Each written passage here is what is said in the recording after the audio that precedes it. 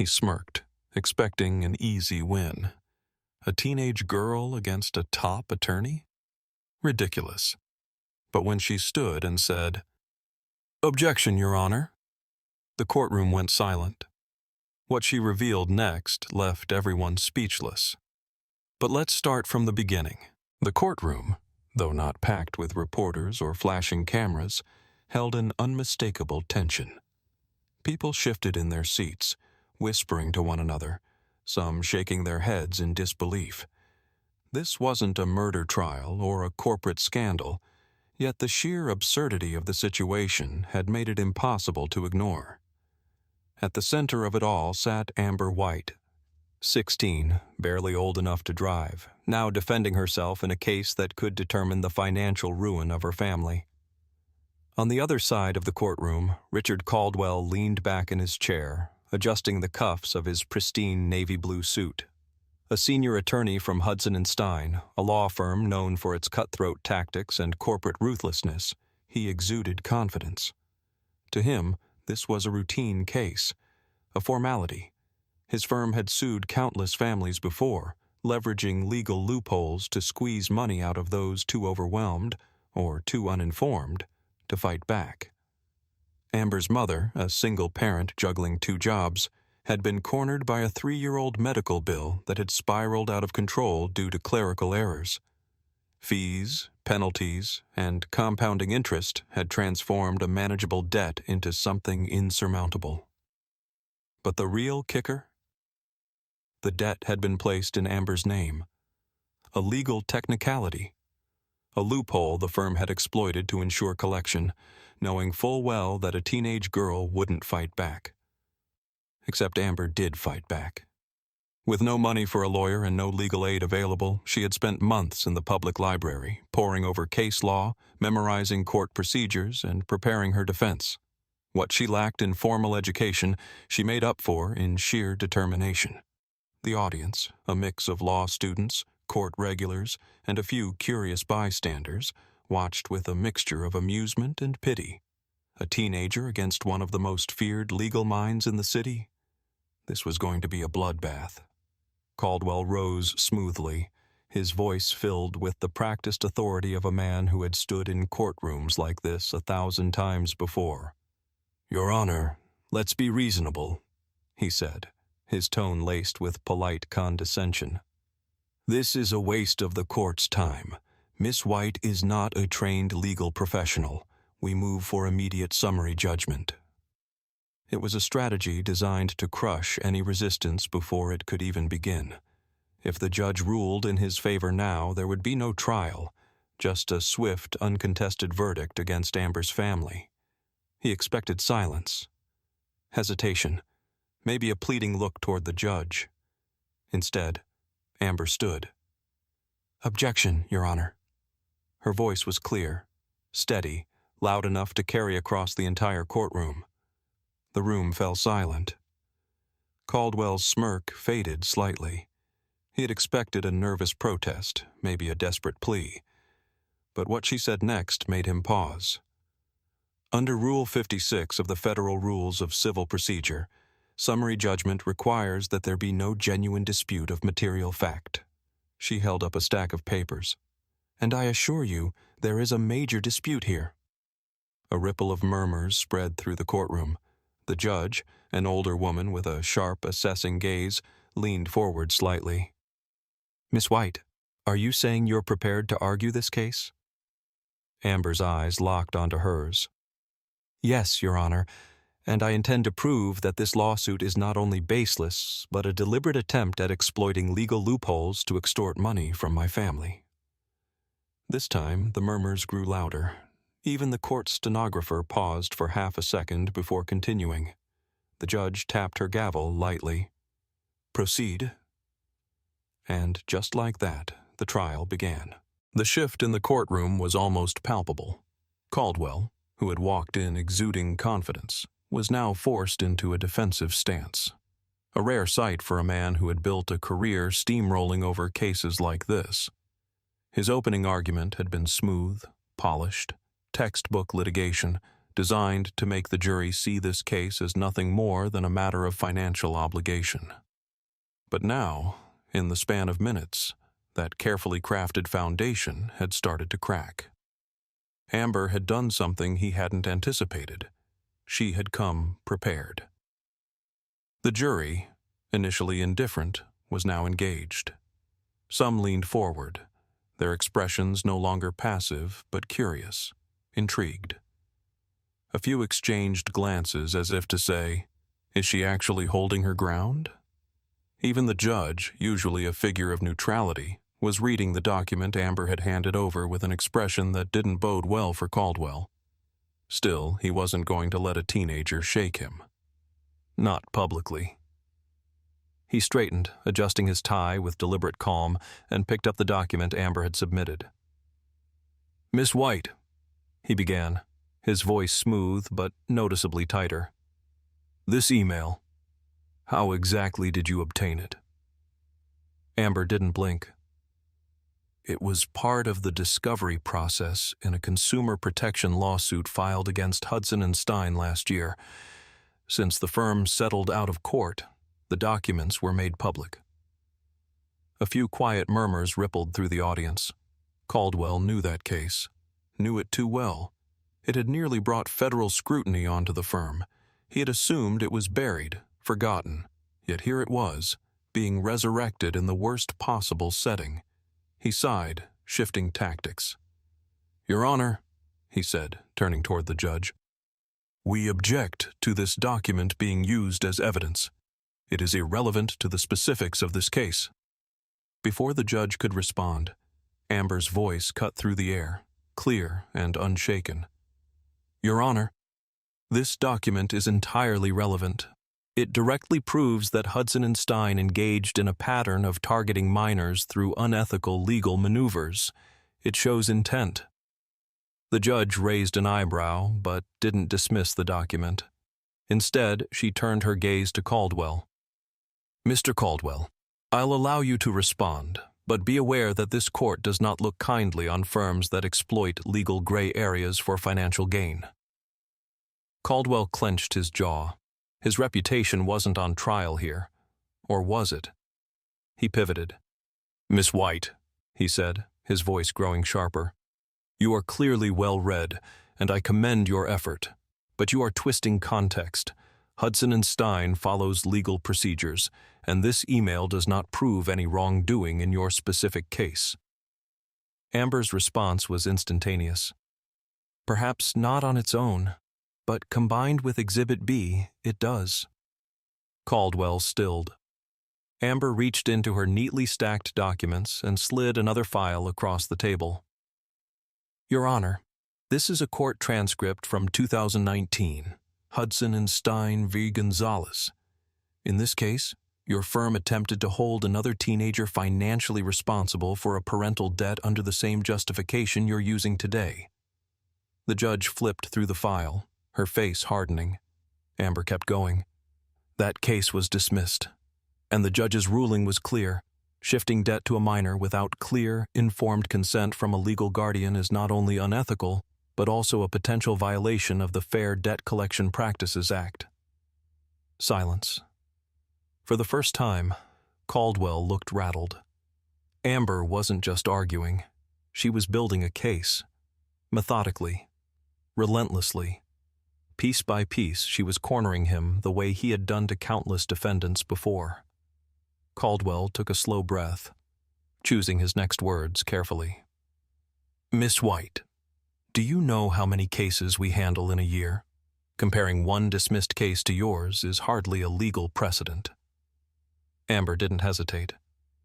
"It establishes a pattern, Mr. Caldwell, and patterns are what expose systemic abuse." That was it. That was the moment the entire courtroom shifted. Even the jury, some of whom had started this trial barely paying attention, were now sitting upright, absorbing every word. Caldwell knew it. The judge definitely knew it. Amber White, 16 years old with no legal training, had just forced one of the most ruthless corporate lawyers into a corner. And for the first time in his career, Richard Caldwell had no easy way out. The tension in the courtroom was no longer subtle. It was electric. The shift was undeniable. What had started as a routine debt collection case had become something far more serious. Amber White, a 16-year-old high school student, had just thrown a corporate lawyer off his game in front of a judge, a jury, and a courtroom full of stunned spectators. Caldwell, usually unshakable, now looked like a man trying to maintain control of a rapidly unraveling situation. He squared his shoulders and narrowed his eyes at Amber. "Miss White, where did you obtain this document?" His tone was sharp, almost accusatory, as if the very idea that she had access to evidence was in itself a crime. Amber didn't so much as blink. "It was part of a consumer protection case in California last year," she said matter-of-factly. "Since Hudson and Stein settled out of court, the documents became part of the public record." Caldwell's lips pressed into a thin line. The audience murmured, whispers carrying through the room like the crackling of an approaching storm. This wasn't just about a single lawsuit anymore. Amber had just tied Hudson and Stein to a pattern of unethical practices. But she wasn't done. She turned back to the judge, her voice clear and unwavering. "Your Honor, I also present Exhibit B, a case from 2019, Hudson and Stein versus Gonzalez, where they used the same tactics against another teenager. That case was dismissed. I request a motion to dismiss based on precedent and unethical practice." The moment the words left her mouth, the courtroom erupted. Gasps, mutters. Even the jury, who had initially seemed disinterested, was suddenly riveted. The judge didn't hesitate. Gavel. 1, 2, 3 sharp cracks. "Order!" The room quieted, but the energy had changed. There was a shift in power happening right in front of everyone, and for the first time it wasn't Caldwell controlling the narrative. It was Amber. Caldwell, clearly rattled, forced a tight smile, the kind that didn't reach his eyes. "Your Honor, this is highly unusual," he said, his voice carefully measured. "She is manipulating technicalities." Amber tilted her head slightly, as if considering his words, before replying with a single, razor-sharp sentence. "That's literally what lawyers do." Laughter rippled through the audience. Even a few jurors smirked. But the final blow came from where Caldwell least expected it. The judge. She let out the smallest, almost imperceptible smirk before leaning forward. "She has a point." Caldwell's jaw tightened. His composure was slipping, and he knew it. He reached for the only lifeline he had left, stalling. "Your Honor, we request a continuance to review these exhibits." Amber knew exactly what he was trying to do. He needed time to regroup, time to come up with a way to undermine her evidence before it could do any real damage. But the judge saw through it, too. She didn't hesitate. "Denied." A single word, but it landed like a hammer. "The evidence is admissible," the judge continued, flipping through the documents before leveling Caldwell with a pointed stare. "And frankly, compelling." It was subtle, but the effect was immediate. The way Caldwell exhaled slowly, the way his hand lingered on his tie, the way his jaw tensed just slightly. For the first time since the trial had begun, Richard Caldwell looked nervous. The weight of the trial hung heavy in the air. This was it. The final moment. No more objections, no more exhibits, no more procedural battles. Just the verdict hanging in the balance.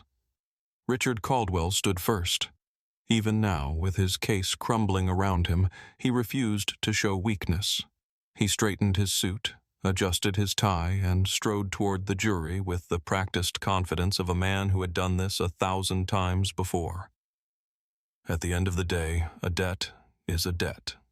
His voice was steady, authoritative, the kind that was designed to sound reasonable, almost comforting.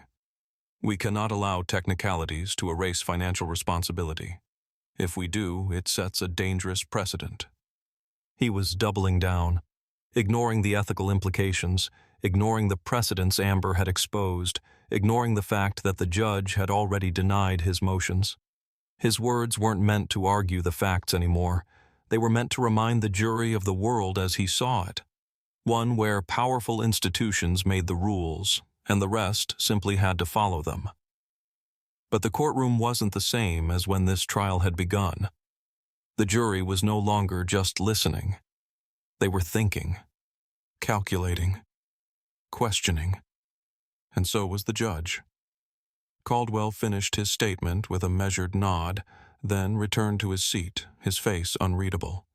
But the tension in his shoulders, the tight grip on his pen, the way his eyes flicked toward the judge, he knew he had lost control. Now it was Amber's turn. She took a slow, steady breath and stood. Her hands weren't shaking. She had prepared for this moment. She turned toward the jury, her voice calm but unshakable. "Your Honor, members of the jury," she began, "what's dangerous is not loopholes. What's dangerous is allowing corporations to exploit those loopholes against people who can't defend themselves." A pause. She let that statement settle. Let them feel the weight of it. Then she turned, not to the jury, not to the judge, but directly to Caldwell. "Hudson and Stein assumed that because I was a teenager, I wouldn't understand the law." The courtroom was silent.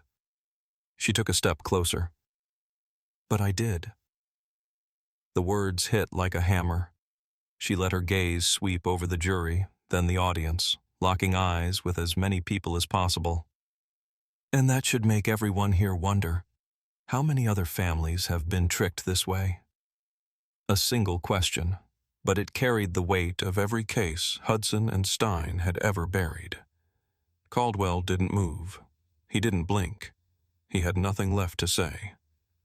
The judge shifted in her seat, flipping through the case files one last time, her expression unreadable. Then, she set them down, folded her hands, and leaned forward.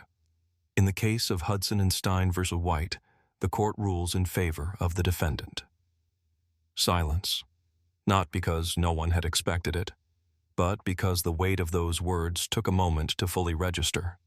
Then, the courtroom erupted. Amber's mother gasped, her hands flying to her mouth in disbelief. Strangers in the gallery clapped, some even cheering. Even a few jurors gave Amber subtle nods of approval. And then there was Caldwell, red-faced, silent. He had already started packing his briefcase, his movements stiff, mechanical. For the first time, he wasn't in control. Amber stood frozen for a moment. The realization hadn't fully sunk in. She had won. She had actually won.